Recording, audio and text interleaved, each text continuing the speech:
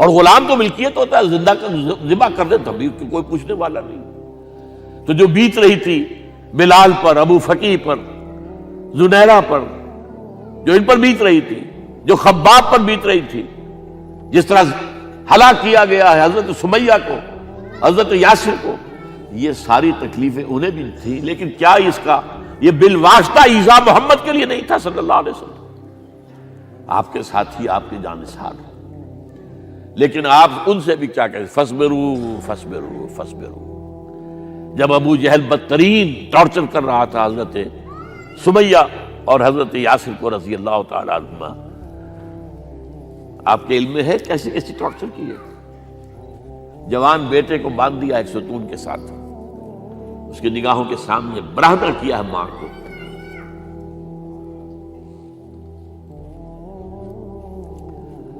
ہاتھ میں ایک مورتی ہے،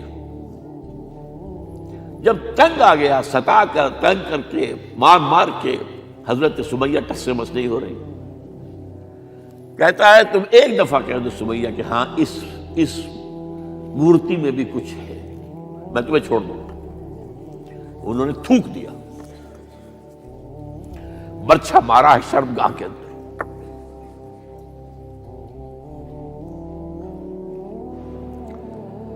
کتنی تکلیف پہنچی ہوگی حضور کو، لیکن آپ گزر رہے، اصبروا یا آل یاسر فإن موعدکم الجنہ، اے یاسر کے گھر والوں صبر کرو، تمہارے استقبال کی تیاریاں ہو رہی ہیں جنت۔ یہ سیرت کوئی بناتا سناتا ہے، یہ سیرت۔ یاسر کے ساتھ کیا کیا ہے؟ 4 اونٹ نر سانڈ، اور ان کے ساتھ رسے باندھ کر ایک رسے سے ان کا ایک بازو باندھا، ایک سے دوسرا بازو، ایک سے ایک ٹانگ، دوسرے سے دوسری ٹانگ، انہیں دوڑایا ہے کہ پرکھتے ہو جیسے قسم کے۔ یہ دین ایسے ہی قائم نہیں ہوا۔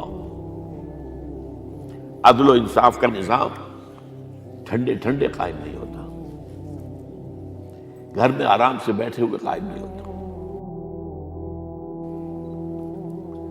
اور سنیے، 3 برس شیب بنی ہاشم کے تو قید ہے، 3 برس،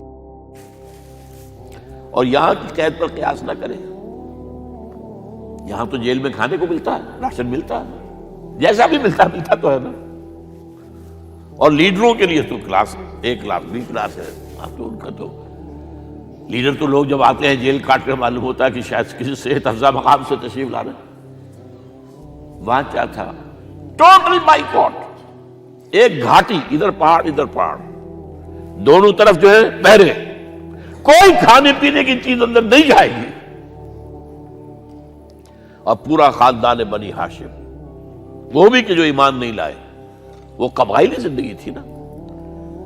بنو ہاشم چونکہ حضور کو پشت پناہی چھوڑنے کو تیار نہیں ہوئے، ابو طالب نے آخری وقت تک بھی ساتھ نہیں چھوڑا۔ ہاں، آخری وقت کے قریب ایک بات ہو گئی تھی، ایک مرتبہ تو ہوا کہ وفد آیا ہے قریش کا کہ اپنے بھتیجے کو روک لو، وہ ہمارے معبودوں کی توہین کرتا ہے۔ ابو طالب نے بلایا اور آپ سے کہا کہ یہ کچھ اپنے رویے کو بدلے۔ آپ نے فرمایا چچا جان، اب تو چاہیے میرے ایک ہاتھ پر سورج اور دوسرے پر چاند رکھ دے، میں اپنے اس مشن کو چھوڑ نہیں سکتا۔ یہ ہے استقامت۔ اور ابو طالب کے عین انتقال کے وقت جو معاملہ ہوا، جب وفد آیا ہے کہ ٹھیک ہے اب ہمارا جو ہے صبر کا پیمانہ لبریز ہو گیا ہے، اب ٹھیک ہے آ جاؤ میدان میں، تم بھی ساتھ چھوڑنے کو تیار نہیں ہو۔ ابو طالب نے بلایا اس کو، بھتیجے مجھ پر اتنا بوجھ نہ ڈالو جو میں برداشت نہ کر سکوں۔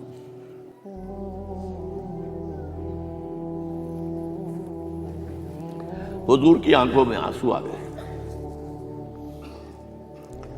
چچا جان، اب تو یا یہ بات پوری ہوگی یا میں اپنے آپ کو ختم کر دوں، اسی میں ختم ہو جاؤں۔ بہرحال شیب بنی ہاشم میں 3 برس اس حال میں گزرے ہیں، ٹوٹل بائیکاٹ، کوئی کھانے پینے کی نہیں، کچھ لوگ تھے شریف النفس، مثلاً حکیم بن حزام تھے رضی اللہ تعالیٰ، اور بعد میں ایمان لے آئے۔ حضرت خدیجہ کے وہ رشتہ دار تھے، وہ پہاڑ پر چڑھ کر ایک طرف سے رات کی تاریکی میں، دونوں دروازے تو بند ہیں، پہاڑ پر چڑھ کر چوٹی سے نیچے اتر کر کوئی چیزیں کھانے پینے کی دے آئے بس صلی اللہ علیہ وسلم۔ کوئی اور ایک آدھ ہوگا ایسا۔ یہاں تک نوبت آئی ہے کہ بنی ہاشم کے یہ پھول جیسے بچے معصوم بھوک سے بلبلا رہے ہیں، اور اس کے سوا کچھ نہیں ہے کہ سوکھے چمڑے ابال کر اس کا پانی ان کے حلق میں ٹپکا دیا جائے۔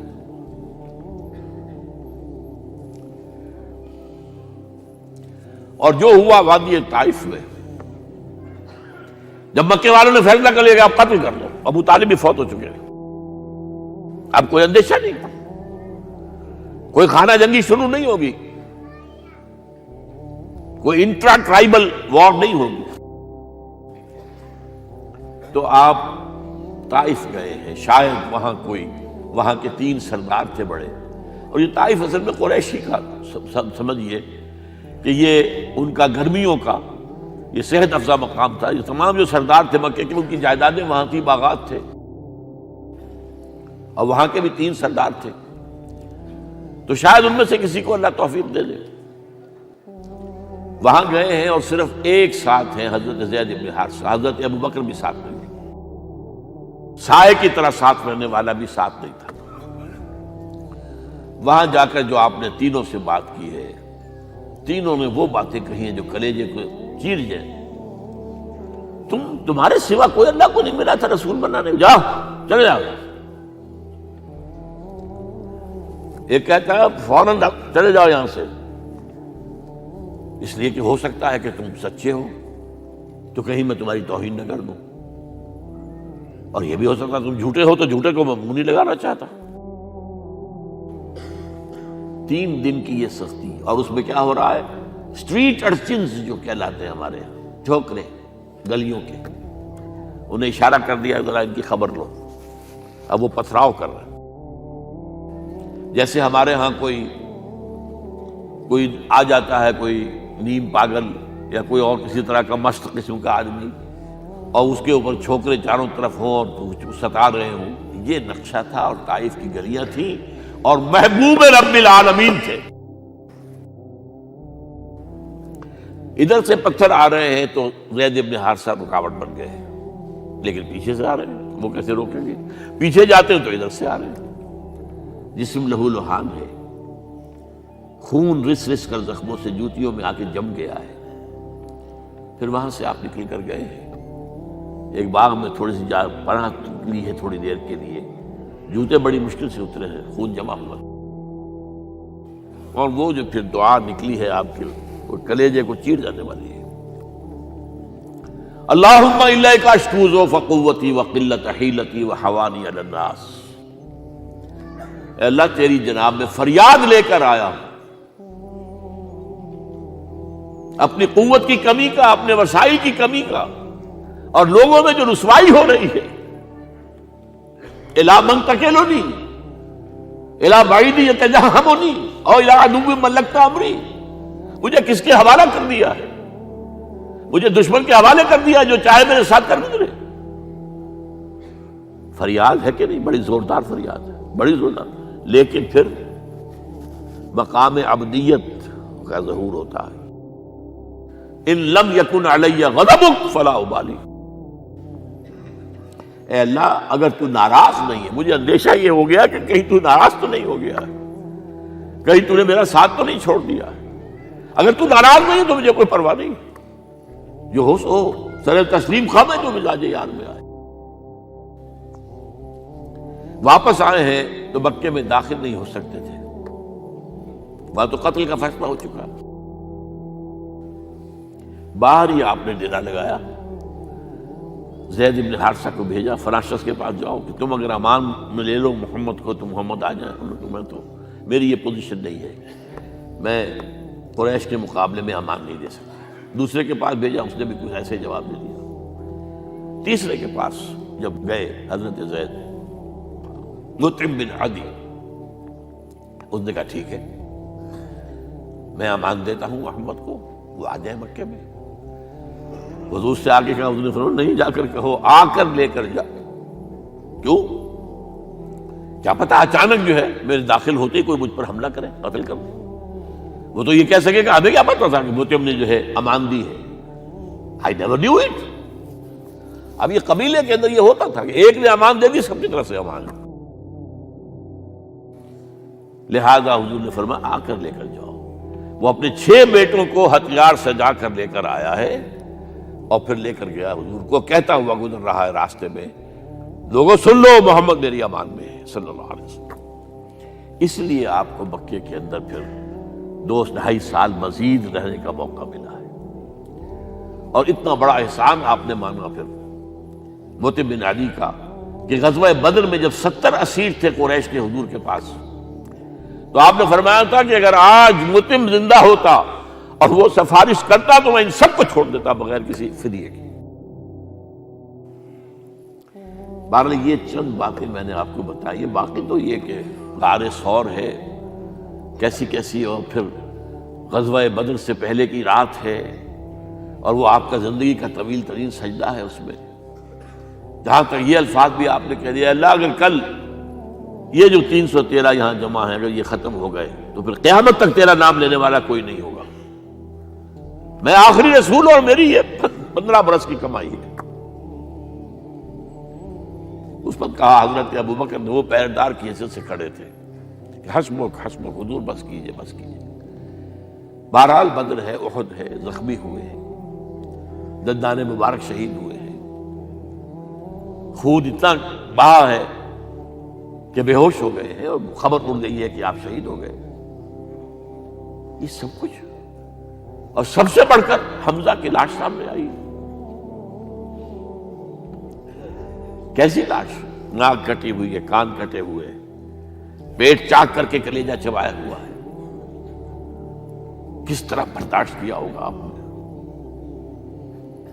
اپنے اوپر تاری کر کے دیکھیں یہ حمزہ کون ہے؟ چچا ہے، دودھ شریک بھائی ہے، خالہ داد بھائی ہے، ساتھ کا کھیلا ہوا ہمجولی ہے، اور اس کی لاش ہے. جو قلب اطہر پر بیت رہی تھی وہ مدینے میں آ کر ایک بڑا ماحول بدلا ہوا تھا، تب وہ بات سامنے آ گئی. جب آپ مدینے واپس تشریف لائے ہیں تو ظاہر بات ہے کہ زیادہ انصار کے لوگ تھے جو شہید ہوئے تھے. بدر میں مہاجرین تو میرے خیال 1/4 تھے نمبر کے اندر، 3/4 تو انصاری تھے. اسی طریقے سے احد کے اندر معاملہ ہے. تو مختلف گھروں سے عورتوں کے بین کرنے کی آوازیں آ رہی تھی، اس لیے کہ اس وقت تک بین کرنا حرام نہیں قرار دیا گیا تھا، ممنوع نہیں تھا. آوازیں سن کر حضور کی زبان مبارک سے نکل گیا، اما حمزہ تو فلا بواکی لہو، ہائے حمزہ کے لیے تو کوئی رونے والی بھی نہیں ہے.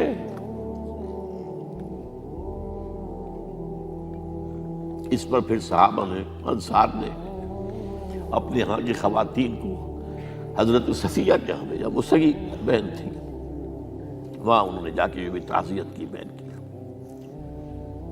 غزوہ احزاب کا آپ نے سنی لیا. اسوہ رسول پر نہ معلوم کیا کیا باتیں چیز لوگوں میں مشہور ہو گئی ہیں. اسوہ کا لفظ آیا کہاں ہے قرآن میں؟ سورہ احزاب میں. وہ اسوہ کیا تھا؟ جب خندق کھودنے کا فیصلہ ہوا ہے تو خندق کھود رہی ہے، حضور بھی لگے ہوئے ہیں، بھاری بھاری پتھر اٹھا کر کندھے پر لا کر باہر پھینک رہے ہیں. پتھریلی زمین تھی، ایک پتھر کسی سے ٹوٹا نہیں تھا، تو حضور نے جو ہے 3 دفعہ جو اس کی ضرب لگائی تب ٹوٹا ہے.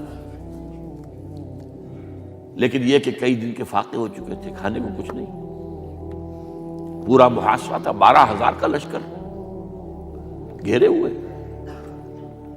یہاں تک کہ آپ کو معلوم ہے کہ گھروں کے اندر بیت الخلا تو نہیں ہوتے، باہر جاتے تھے قضاء، اس کا کوئی امکان نہیں. شدید ترین آزمائش جو ہوئی ہے اس کا نتیجہ ایک طرف یہ نکلا کہ منافقین کا نفاق ان کی زبانوں پر آ گیا. قرآن مجید میں ہے یہ انہی آیات میں ما وعدنا اللہ ورسولہ الا غرورا، ہمیں تو اللہ اور اس کے رسول نے دھوکہ دے کے مروا دیا۔ ہم سے کہا تھا کہ قیصر و کسریٰ کے خزانے تمہارے قدموں میں آئیں گے، اور حال یہ ہے کہ اب رفع حاجت کے لیے باہر نہیں جا سکتے، کھانے کو کچھ نہیں۔ اس وقت کچھ صحابہ آئے ہیں حضور صلی اللہ علیہ وسلم سے، دیکھیے فاقے سے قبر دوہری ہوئی جا رہی ہے، ہم نے اپنے پیٹوں پر پتھر باندھے ہوئے، چادروں کے ساتھ پتھروں کسا ہوا تاکہ قبر سیدھی رہے۔ حضور نے اپنا کرتا مبارک اٹھا کر دکھایا، 2 پتھر بنے ہوئے۔ یہ ہے اسوہ، یہ ہے آپ کی سنت، آپ کا اسوہ حسنہ۔ لیکن اس اسوہ حسنہ سے فائدہ کون اٹھا سکتا ہے؟ لقد کان لکم فی رسول اللہ اسوۃ حسنۃ لمن کان یرجو اللہ والیوم الآخر وذکر اللہ کثیرا۔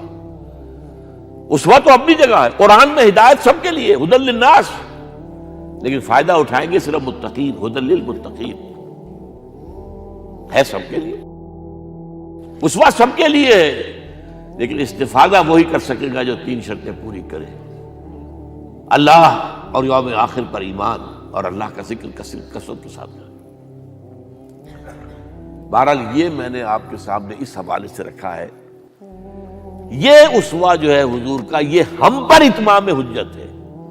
دیکھیے نوٹ کیجئے، پوری نوع انسانی پر اتمام حجت، اسلام کا نظام عدل اجتماعی جو قائم کر کے دکھا دیا، حجت قائم ہے۔ اسے انگریزی میں کہتے ہیں اٹس ڈویبل، کیا جا سکتا ہے، یہ کام ہو سکتا ہے، اس لیے کہ زمین پر قدم بقدم چل کر یہ انقلاب آیا، محنت سے آیا، مشقت سے آیا، ایثار سے آیا، قربانیوں سے آیا، تکلیفیں جھیل کر آیا، صبر و مصابرت سے آیا، استقامت و مقاومت سے آیا۔ یہاں پر معجزوں کی کار فرمائی نہ ہونے کے برابر ہے۔ یہاں دھوپ سے بچانے کے لیے کوئی اللہ نے صاحبان نہیں دیا، ظل اللہ علیکم الغمام، اور بھوک سے بچانے کے لیے من و سلوہ نازل نہیں ہوئے۔ غزوہ تبوک میں ایسا بھی ہوا ہے کہ 3 مجاہدین کا 24 گھنٹے کا راشن ایک کھجور، ایک نے منہ میں رکھی، کچھ چوس لی، کچھ گلوکوز چلا گیا اس میں سے، دوسرے کو دے دی، اس نے چوس لی، پھر تیسرے کو۔ من و سلوہ نازل نہیں ہوئی۔